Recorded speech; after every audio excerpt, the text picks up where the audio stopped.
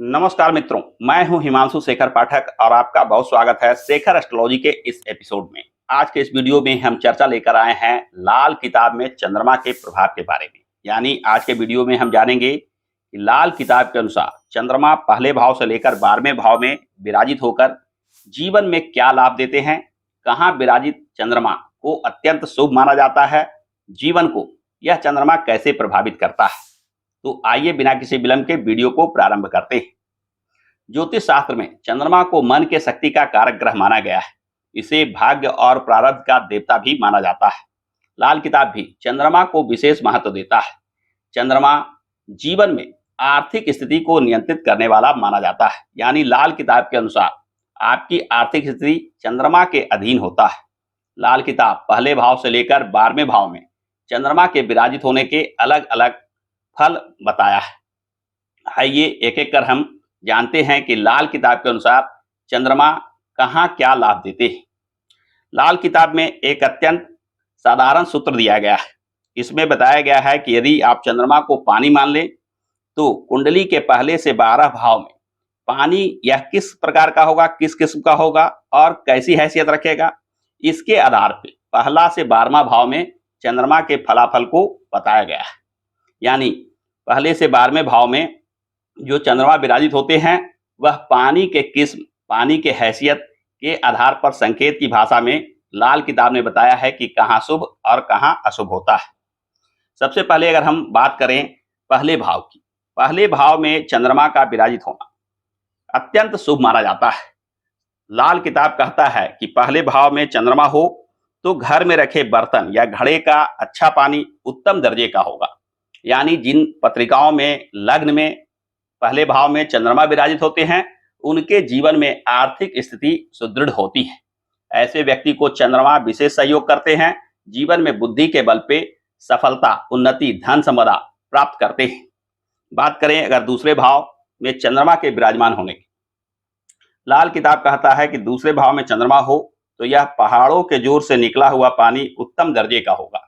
यानी पहाड़ से गिरता हुआ झरना के समान यह पानी उत्तम होगा। यानी चंद्रमा भी द्वितीय भाव में विराजित हो तो यह भी धन के लिए अत्यंत शुभ होगा।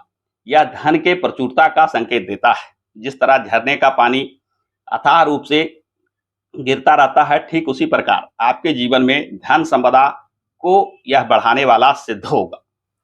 दूसरे भाव के बाद यदि बात करें तीसरे भाव के चंद्रमा के बारे में, इसे जंगल, सहारा के रेगिस्तान का पानी उत्तम दर्जे का पानी माना गया है। यानी तृतीय भाव में अगर चंद्रमा हो तो यह जैसे जंगल, सहारा, रेगिस्तान में पानी का महत्व होता है, ठीक उसी प्रकार आपके पत्रिका में चंद्रमा का महत्व होगा।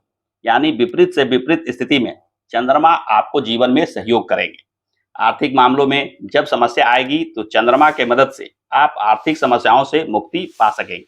यानी चंद्रमा आपके आपत्ति के समय में, विपत्ति के समय में कहीं ना कहीं सहयोग करने वाले सिद्ध होंगे।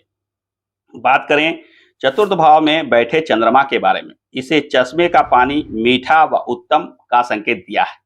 यानी चतुर्थ भाव का चंद्रमा मीठा और उत्तम होगा। जीवन में धन से जुड़ी कोई समस्या नहीं रहेगी।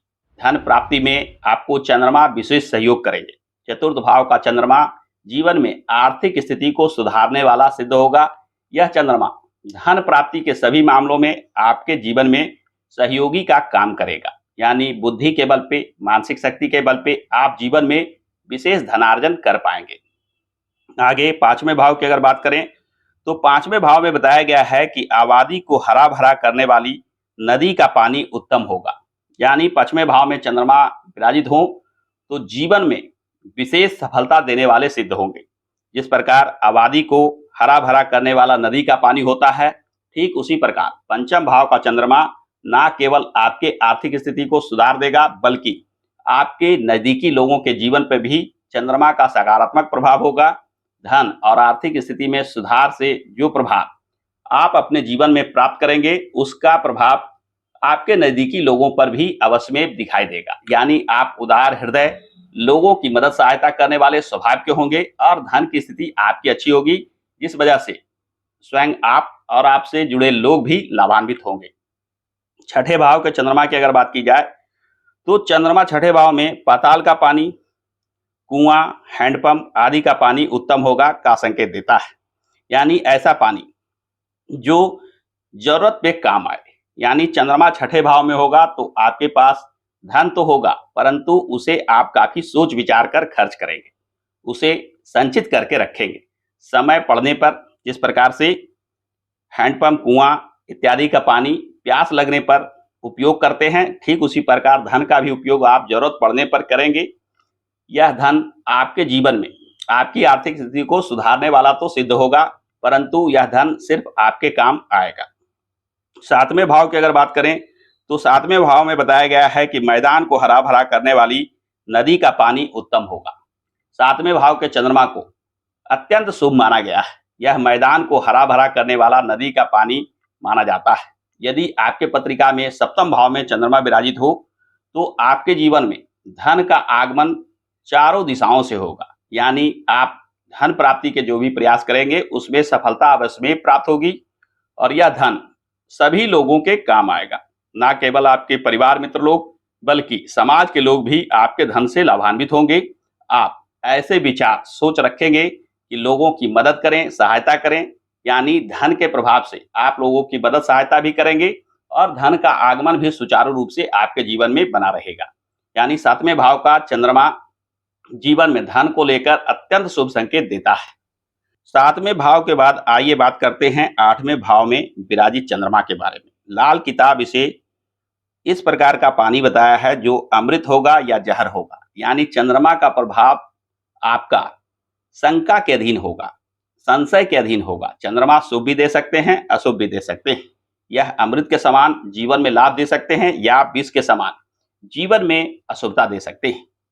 यानी चंद्रमा का जन्म पत्रिका के अष्टम भाव में विराजित होना चंद्रमा के फलों को संदिग्ध कर देता है। यह जन्म पत्रिका के अन्य ग्रहों की स्थिति के आधार पर निर्णय लिया जाएगा कि यह चंद्रमा लाभ देंगे या हानि।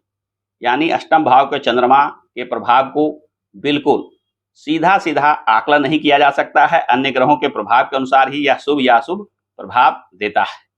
आठवें भाव के बाद अगर नौवें भाव की चर्चा करें तो नौवें भाव में इसे समुद्र का पानी अशुभता का प्रतीक माना गया है। यानी नवम भाव में चंद्रमा विराजित हो तो चंद्रमा आपको शुभ फल कम देंगे, यह अशुभता का निशानी माना जाएगा। यानी चंद्रमा जीवन में धनार्जन को लेकर बाधा, विघ्न और कष्ट खड़ी कर देंगे। दसवें भाव के चंद्रमा को भी अच्छा नहीं माना गया है। इसे पहाड़ों की रुकावट से बंद पड़ा पानी की संज्ञा दी गई है। यानी ऐसा पानी जो जीवन में कम काम आता है। यानी धन तो आपके पास होगा, संचित धन होगा, पुश्तैनी धन होगा, बाप दादाओं की संपत्ति होगी, परंतु यह आपके जीवन को सुखमय नहीं बनाएगा। धन होने के बावजूद भी जीवन में कष्ट, दुख का संकेत देता है। दसम भाव में चंद्रमा यदि विराजित हो। 11वें भाव में चंद्रमा को बरसाती नाले का पानी दुर्भाग्य की निशानी माना गया है। यानी जन्म पत्रिका के 11वें घर में अगर चंद्रमा विराजित हो तो यह कहीं ना कहीं ऐसे संकेत देते हैं कि धन प्राप्ति में विशेष बाधा, विघ्न लग जाती है। इसे बरसाती नाले का पानी की संज्ञा दी गई है। यानी ऐसे कर्मों से अर्जित आय प्राप्त होगी जिसे समाज में शुभ नहीं माना गया है, अच्छा नहीं माना गया है। यानी जीवन में धनार्जन को लेकर आप शुभ अशुभ यानी कर्म कुकर्म दोनों प्रकार के कार्यों का सहयोग ले सकते हैं। यह चंद्रमा ऐसे कार्यों में आपको डाल सकता है जहां से धन प्राप्ति करना कहीं ना कहीं सामाजिक रूप से ठीक नहीं होगा। 12वें भाव की चंद्रमा अगर चर्चा की जाए तो 12वें भाव में चंद्रमा को आसमानी ओले यानी बर्फ का पानी दिया है अथवा गंदे नाली का पानी बताया गया है। यानी 12वें भाव में भी चंद्रमा शुभ प्रभाव देने वाला नहीं माना जाता है। 12वें भाव में चंद्रमा विराजित हो तो धनार्जन को लेकर विशेष समस्या देता है। यह चंद्रमा जीवन में धन प्राप्ति के किसी भी कार्य में आपको बाधा, विघ्न देता है, जीवन में मानसिक अशांति देता है और धन से जुड़े कष्ट, बाधा, विघ्न जीवन में निश्चित रूप से दिखाई देते हैं। यानी 12वें भाव के चंद्रमा को भी लाल किताब शुभ नहीं मानता है। तो इस प्रकार से हमने देखा कि लाल किताब में चंद्रमा पहले भाव से 12वें भाव में विराजित होकर कहाँ कितना शुभता देते हैं और किन भाव में बैठकर यह अशुभ प्रभाव देते हैं। यदि लाल किताब के अनुसार चंद्रमा पहले से 12वें भाव में बैठकर शुभ प्रभाव कम दे रहे हो या अशुभ प्रभाव दे रहे हो, तो ऐसे स्थिति में लाल किताब में चंद्रमा के जो उपाय वर्णित हैं, यानी पहले भाव से 12वें भाव में जो चंद्रमा के उपाय वर्णन हैं, उन्हें आप अवश्यमेव आजमाएं। चंद्रमा से जुड़े उपायों को करके, लाल किताब के टोटकों को करके जीवन में चंद्रमा के बलाबल को बढ़ा सकते हैं, जीवन में चंद्रमा के शुभ फलों को बढ़ा सकते हैं। या कहें कि चंद्रमा अशुभ दे रहे हो तो इनके अशुभता को शांत कर जीवन में आर्थिक सफलता प्राप्त कर सकते हैं।